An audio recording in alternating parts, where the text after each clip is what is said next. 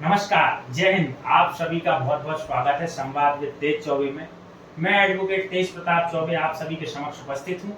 यह संवाद with Tej Choubey YouTube channel आप सभी के लिए कुछ ऐसी हस्तियों को आप सभी के समक्ष लेकर आएगा जिन्होंने अपने क्षेत्र में सफलता हासिल की है और अपने नए कीर्तिमान एक समाज में स्थापित किए हैं। मैं आप सभी को यह सुनिश्चित करना चाहता हूं कि जैसा कि आप सभी देख रहे होंगे, हमारे पास बहुत अच्छा सेटअप नहीं है, बहुत अच्छा स्टूडियो नहीं है, कैमरे नहीं है, बहुत अच्छी चकाचौंध नहीं है जो एक आवश्यक रहती है एक स्टूडियो के लिए। लेकिन यह बात मैं आपको पूर्ण विश्वास के साथ सुनिश्चित करना चाहता हूं कि जिस उद्देश्य के साथ, जिस लक्ष्य के साथ मैंने यह यूट्यूब चैनल चालू किया है कि आप सभी तक इंफॉर्मेशन पहुंचा सकूं, आप सभी तक नॉलेज पहुंचा सकूं, आप सभी के मस्तिष्क में एक ऐसी कौतूहल उत्पन्न कर सकूं जो आपको सोचने पर मजबूर कर दें, आपकी चिंतन की शक्ति को बढ़ाएं। और जैसा मेरा व्यक्तिगत मानना है कि सब कुछ मानना ही आवश्यक नहीं है, उसको जानना अति आवश्यक है। और मैं चाहता हूं कि आप इन्हीं विचारों के साथ बहुत सारा प्यार, बहुत सारा समर्थन, बहुत सारा स्नेह इस अपने छोटे भाई को, इस संवाद विद तेज चौबे परिवार को आप दें। और इसी के साथ आज का यह इंटरव्यू में प्रारंभ करना चाहता हूं इन 4 पंक्तियों के साथ कि बाधाओं को हिम्मत रखकर लड़ते हैं, धीरे धीरे वह पर्वत पर चढ़ते हैं और वक्त सभी को 24 घंटे मिलता है, बढ़ने वाले वक्त चुरा कर बढ़ते हैं। और आइए आज मैं आपको अब लेके चलता हूं हमारे इंटरव्यू के गेस्ट जो आज हमारे इस चैनल में आए हैं। हमारे बीच उपस्थित हैं आदरणीय शिवानी दीदी। मैं संवाद विद तेज चौबे के पूरे परिवार के साथ आपका बहुत बहुत स्वागत करता हूं। और आप सभी को मैं बताना चाहता हूं कि आदरणीय शिवानी दीदी ने मध्य प्रदेश जुडिशरी सर्विसेज में 95th रैंक के साथ प्रथम प्रयास में अपना स्थान सुनिश्चित किया है। मैं शिवानी दीदी आपका संवाद विद तेज चौबे में बहुत बहुत स्वागत करता हूं और मैं आपसे निवेदन करना चाहता हूं कि हमारे परिवार संवाद विद तेज चौबे की दर्शकों के लिए आप अपना इंट्रोडक्शन बताएं। Thank you so much for inviting me in Samvad with तेज चौबे। मेरा नाम शिवानी राठौर है और रिसेंटली मैंने सिविल जज एमपी में सिविल जज की परीक्षा पास की है 95 रैंक से फर्स्ट अटेम्प्ट पे। और मैं आपसे प्रथम प्रश्न यह पूछना चाहूँगा कि जैसा कि हम सभी जानते हैं और सभी लोग इस बारे में बहुत उत्सुक रहते हैं कि कॉलेज लाइफ में कब से प्रिपरेशंस करनी चाहिए या फिर अंतिम वर्ष में प्रिपरेशन स्टार्ट करनी चाहिए, सिविल जज की या प्रथम वर्ष से ही स्टार्ट करनी चाहिए। इसके ऊपर आप हमारे दर्शकों को क्या मार्गदर्शन देना चाहते हैं और जो हमारे एस्पिरेंट्स जो इस इंटरव्यू के माध्यम से आपसे जुड़े हैं उनके लिए आप क्या मार्गदर्शन देना चाहते हैं? जैसे कि जनरली हम एग्जाम के पर्सपेक्टिव में बात करते हैं तो सब यही कहते हैं कि 1 साल में 1.5 साल में आप सिविल जज के लिए या किसी भी कॉम्पिटिटिव एग्जाम के लिए प्रिपरेशन कर सकते हैं। पर मेरा ऐसा मानना है कि आपकी जो प्रिपरेशन है वो आपके कॉलेज के दिनों से ही शुरुआत उसकी हो जाती है। जैसे कि मैं अपने एग्जाम के पर्सपेक्टिव में बात करूँगी कि सिविल जज के एग्जाम में आप लॉ से रिलेटेड एग्जाम है और आपकी लॉ की जो जर्नी होती है वो आपके कॉलेज डेज से ही स्टार्ट होती है। तो लॉ जो आप सीखते हैं इसमें जो टेक्निकलिटीज होती हैं, लॉ की लैंग्वेज को समझना, इसमें एक अंडरस्टैंडिंग को डेवलप करना, वो आप कॉलेज डेज से ही करते हैं। तो मैं कहूँगी कि आप एग्जाम के एस्पेक्ट से एक वर्ष में एक स्ट्रैटेजी तैयार करके एग्जाम एस्पेक्ट से जो तैयारी करते हैं उस तैयारी का जो बेस है वो आपका कॉलेज के दिनों से ही बनता है, तभी से आपको उस सिंसियरिटी को फॉलो करना होता है। बिल्कुल, थैंक यू। जैसे कि आपने अभी स्ट्रेटजी का उल्लेख किया तो मैं इसी के बारे में दूसरा क्वेश्चन आपसे पूछना चाहता हूँ। सभी के मस्तिष्क में यह प्रश्न रहता है कि जो भी स्थान सुनिश्चित कर लेता है, रैंक हासिल कर लेता है, क्वालिफाई हो जाता है, तो पहला क्वेश्चन हर एस्पिरेंट्स के मन में यही रहता है कि आपने किस प्रकार की स्ट्रेटजी अपनाई, आपकी किस प्रकार की प्लानिंग थी, आपने कैसे दृढ़ संकल्प किया, आपने किस प्रकार के लक्ष्य को साधने के लिए और इस अपने अल्टीमेट गोल को अचीव करने के लिए आपकी स्ट्रेटजी क्या रही। आप प्लीज ये हमारे दर्शकों को जैसे कि सभी का एक क्वेश्चन होता है, जो भी स्टूडेंट्स है, कैंडिडेट्स हैं, एग्जाम जो क्वालिफाई कर लेते हैं या कहीं भी वो सक्सेस अचीव कर लेते हैं, सभी का क्वेश्चन होता है कि उनकी स्ट्रैटेजी क्या है। इस संदर्भ में मैं ये बोलना चाहती हूँ कि स्ट्रैटेजी जो होती है वो हमारी पर्सनल होती है, वो हम कभी किसी की फॉलो नहीं कर सकते। We can just have the guidance of others strategy कि उनकी स्ट्रैटेजी उन्होंने कैसे बनाई, हम अपनी स्ट्रैटेजी किस तरीके से बना सकते हैं। जैसे मेरी स्ट्रैटेजीज मैंने किस तरीके से बनाई मैंने पहले अपने आप की स्ट्रेंथ और वीकनेसेस को जाना। आप तैयारी जैसे कॉलेज के दिनों से ही स्टार्ट कर देते हो, ठीक है। आप पढ़ते हो, आपको पता होता है कि आपके इंटरेस्ट किन चीज़ों में है, किन चीज़ों में आपको दिक्कत आती है। आपको जो कुछ सब्जेक्ट्स ऐसे होते हैं, कुछ टॉपिक्स ऐसे होते हैं जो आपको टफ लगते हैं, आपको चीज़ें समझ नहीं आती। और ऐसा सभी के साथ होता है, ऐसा कभी नहीं होगा कि आप सभी चीज़ों में एवरेज हो या ज़ीरो हो। आप अगर किसी चीज़ में एवरेज हैं या किसी चीज़ में आप वीक हैं, तो ये पक्की बात है कि आपकी कहीं ना कहीं स्ट्रेंथ भी है। ज़रूरत है तो आपको उस स्ट्रेंथ को पहचानने की। तो आप अपनी स्ट्रेंथ और अपनी वीकनेस के अकॉर्डिंग अपनी स्ट्रैटेजी बनाएं। मेरी वीकनेस और स्ट्रेंथ यही थी कि मेरा, जैसे कि हम सभी को पता है प्री मेंस इंटरव्यू का क्या सिलेबस होता है, तो इसमें मैं डीप में नहीं जाऊँगी, हमें पता है। तो लॉ के सब्जेक्ट्स में मेरा कहीं ना कहीं स्ट्रेंथ था, तो उस पर मैंने उसके अकॉर्डिंग स्ट्रैटेजी बनाई कि मुझे लॉ को कितना टाइम देना है, और बाकी जीके जो आता है और मेंस में और जो चीज़ें बढ़ जाती हैं, उसके अकॉर्डिंग मैंने अपनी स्ट्रेंथ और वीकनेस के अकॉर्डिंग उसके लिए टाइम डिवाइड करके और अपनी स्ट्रैटेजी।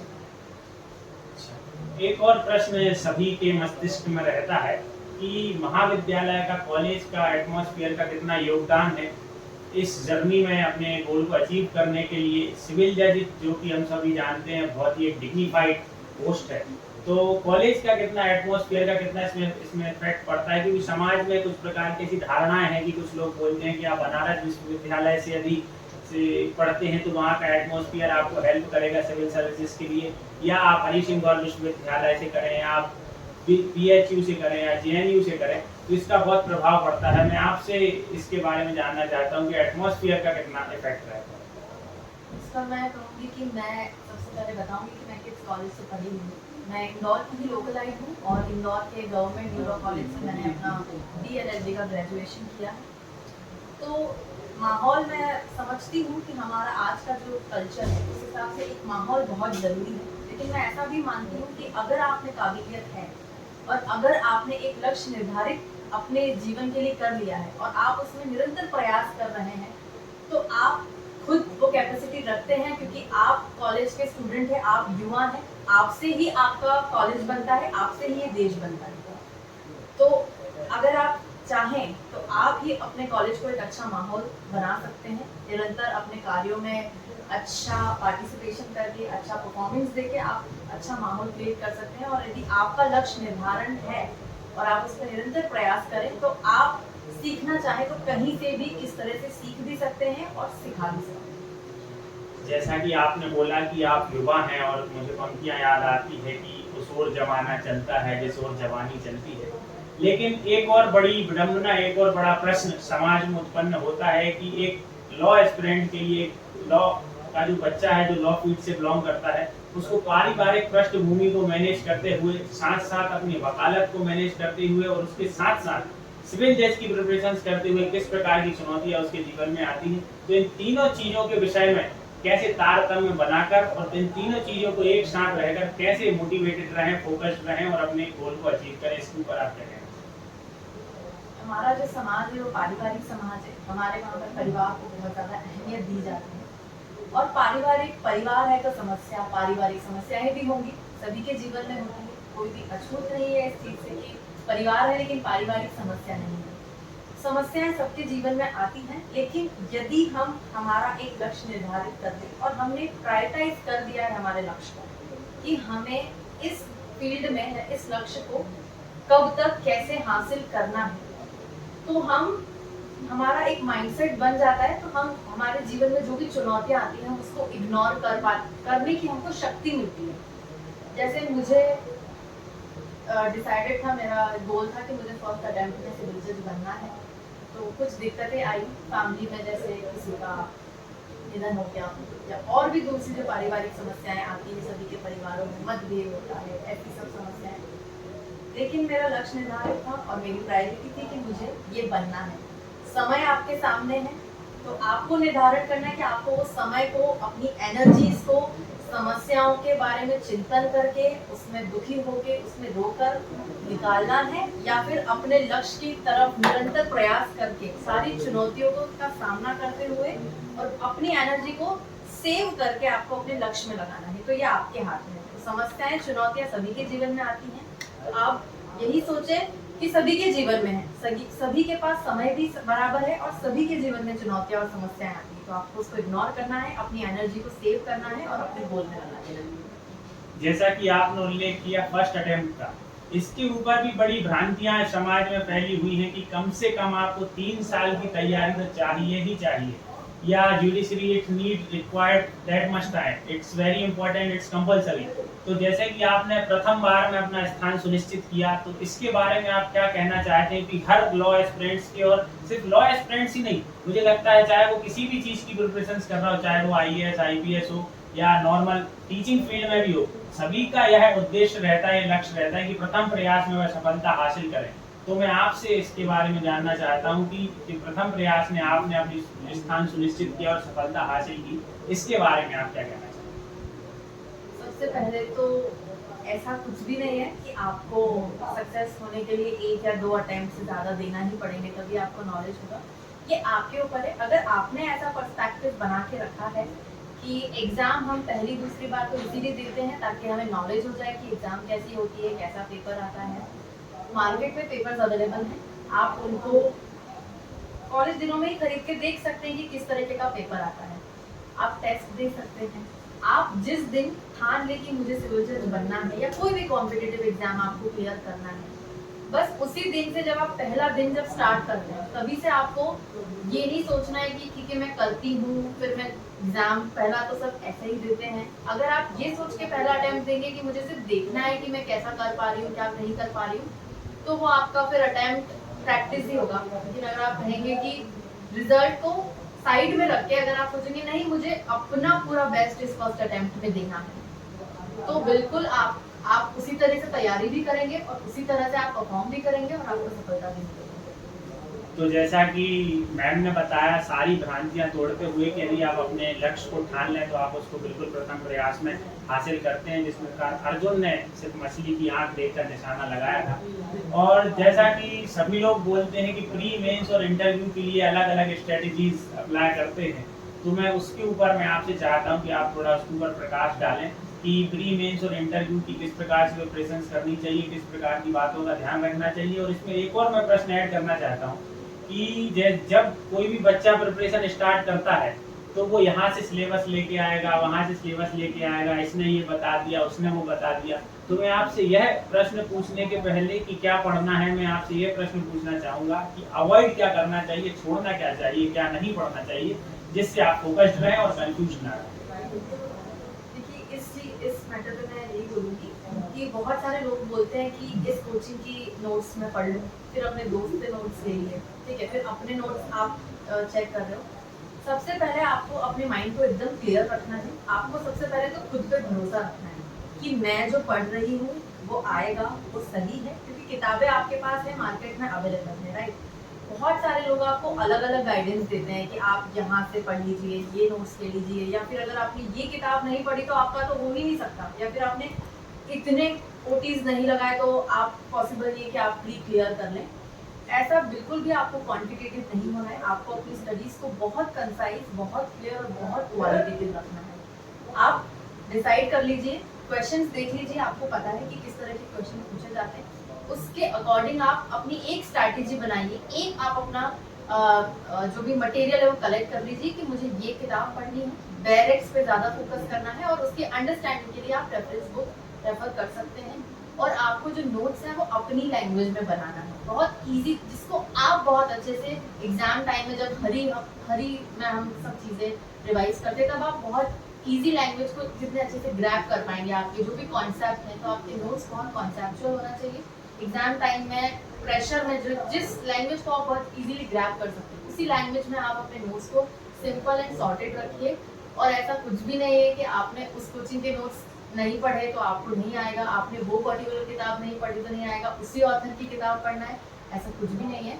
लॉ है, आपको उस पर एक बेसिक अंडरस्टैंडिंग बनानी है और वो सभी किताबों में सेम है। आपको जिस किताब की लैंग्वेज समझ में आती है, आपको जो कंफर्टेबल लगता है पढ़ने में, आपको उसी को फॉलो करना चाहिए। एक ही स्ट्रैटेजी होना चाहिए और एक ही मटेरियल पे आपको विश्वास रखना चाहिए और आपको अपने नोट्स पर अपनी मेहनत पे विश्वास रखना चाहिए और बिल्कुल भी कंफ्यूज नहीं होना चाहिए। जैसा कि हमने अध्ययन के बारे में चर्चा की, स्टडी मटेरियल के बारे में चर्चा की, तो एक और भ्रांति समाज में फैली हुई है कि सीजे उनका ही काम है जो रटना बहुत अच्छे से जानते हैं।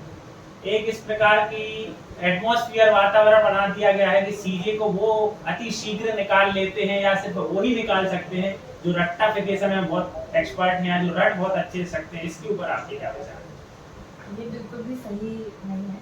ऐसा बिल्कुल भी नहीं है ऐसा कि आप अगर बहुत अच्छा रटते हैं तो आप सिविल जज बन जाएंगे और जो रटते नहीं है वो नहीं बन पाएंगे।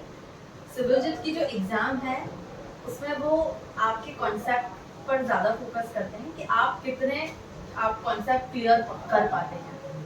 बुक सबके सामने है, बैरिक सब पढ़ते हैं, लेकिन आप कितनी अच्छी अंडरस्टैंडिंग के साथ उसको पढ़ते हैं, उतनी अंडरस्टैंडिंग आप शो भी कर पा रहे हैं अपने एग्जाम कॉपी में, आप रिप्रेजेंट कर पा रहे हैं कितने अच्छे से, आप अपनी अंडरस्टैंडिंग शो कर पा रहे हैं। इसके ऊपर आपका सिलेक्शन बेस करता है।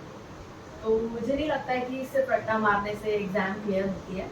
आपको एक बहुत अच्छी अंडरस्टैंडिंग बिठानी भी है। और साथ साथ में मैं एक और चीज़ अपनी तरफ से ऐड करना चाहूँगी। कुछ लोग ऐसा कहते हैं कि आपको बैरिक की लैंग्वेज में ही वर्ड टू वर्ड आपको आपके आंसर कॉपी में लिखना होती है। ये भी एक मिथ है, ऐसा बिल्कुल भी नहीं है। आपको अपना कॉन्सेप्ट बहुत ही सिंपल लैंग्वेज में लिख के बताना होता है वहाँ पे, ताकि जो एग्जामिनर है उनको समझ आ जाए कि आपका जो आंसर है वो आपको खुद समझ आता है।